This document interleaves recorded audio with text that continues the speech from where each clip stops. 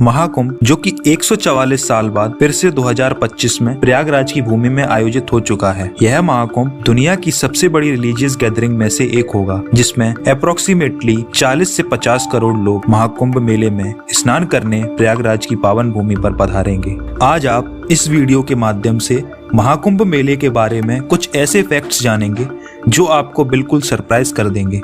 आइए सबसे पहले जानते हैं आखिर ये महाकुंभ मेले का आयोजन क्यों होता है, इसके पीछे क्या कहानी है। माना जाता है कि एक बार देवराज इंद्र ने ऋषि दुर्वासा का अपमान कर दिया था और इस अपमान के चलते ऋषि दुर्वासा ने न सिर्फ देवराज इंद्र बल्कि समस्त देवताओं को यह श्राप दिया, जिससे कि सभी देवताओं की सारी शक्तियां चली गईं। इसको देखते असुर जाति ने स्वर्गलोक पर कब्जा कर लिया, जिससे सभी देवता ब्रह्मा जी के पास गए और उन्हें अपनी परेशानी का निवारण करने के लिए बोला, लेकिन उनके पास इस समस्या का कोई हल नहीं था। तो उन्होंने कहा कि इस समस्या का हल तो विष्णु जी ही निकाल सकते हैं। तब सभी देवता विष्णु जी के पास पहुंचे और अपनी समस्या बताई। उसके बाद विष्णु जी ने उनको समुद्र मंथन आयोजन करने की सलाह दी और इस मंथन में असुर भी शामिल होंगे ऐसा कहा। इस समुद्र मंथन से एक अमृत कलश की प्राप्ति होगी। उस अमृत कलश को ही संस्कृत में कुंभ कहते हैं। उस अमृत कलश के अमृत जल को पीकर सभी देवता इस श्राप से मुक्त हो सकेंगे। इसके बाद सभी देवताओं ने असुरों से बातचीत की। जो अमृत कलश में जल होगा उसका आधा आधा हिस्सा किया जाएगा और आपस में बांट दिया जाएगा। दोनों पक्षों की सहमति से समुद्र मंथन का आयोजन किया जाता है, जिसमें कि वासुकी नाग एक पहाड़ जिसे मंदरा पर्वत कहते हैं उस पर लिपट जाते हैं। तो सबसे पहले समुद्र मंथन से एक विष का घड़ा निकलता है, जिसे कि भगवान शिव ग्रहण कर लेते हैं,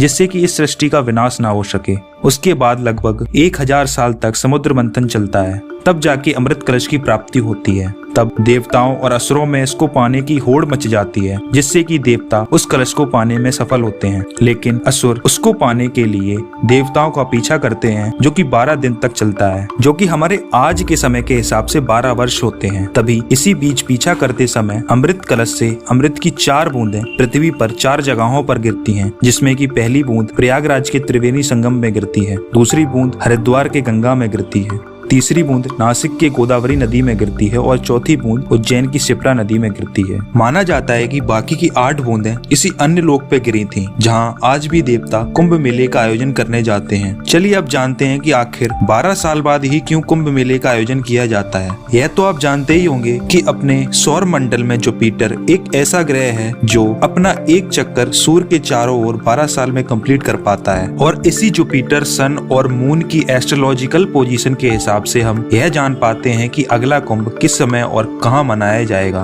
और इसी वजह से हर 12 साल बाद एक पूर्ण कुंभ मेले का आयोजन कराया जाता है, और पूर्ण कुंभ मेले के बीच में होता है अर्ध कुंभ मेला, जो कि हर 6 साल बाद होता है। जब 12 साइकिल कंप्लीट होते हैं इस पूर्ण कुंभ मेले के, तो 144 साल बाद महाकुंभ मेले का आयोजन किया जाता है, जो कि इस साल 2025 में प्रयागराज में चल रहा है। तो आइए जानते हैं महाकुंभ 2025 के बारे में। यह कुंभ 13 जनवरी से 26 फरवरी तक प्रयागराज में आयोजित कराया जाएगा। 45 दिन तक चलने वाला यह पर्व 6 भागों में बांटा गया है। पहला भाग पौष पूर्णिमा, जो कि 13 जनवरी को होगा। दूसरा भाग मकर संक्रांति, जो कि 14 जनवरी को होगा। तीसरा भाग मौनी अमावस्या, जो कि 29 जनवरी को होगा। चौथा भाग बसंत पंचमी, जो कि 3 फरवरी को होगा। पांचवा भाग अचला सप्तमी, जो कि 5 फरवरी को होगा, और छठा भाग कल्पवास, जो कि 12 फरवरी को होगा। और इस मेले का एंड माघी पूर्णिमा को होगा, जिसमें कि पहला और आखिरी स्नान साधु संत करते हैं, जो कि विभिन्न अखाड़े से बिलोंग करते हैं। और अखाड़े भी 3 प्रकार के होते हैं। पहला, जो कि शिव में विश्वास रखते हैं, शैव अखाड़ा कहलाते हैं। जो कि भगवान विष्णु पर विश्वास रखते हैं, उनको वैष्णव अखाड़ा कहते हैं। जो साधु किसी पर विश्वास नहीं करते, उनको उदासीन अखाड़ा कहते हैं। इस बार का कुंभ यूपी सरकार के लिए चुनौतियों से भरा हुआ है, जहाँ पे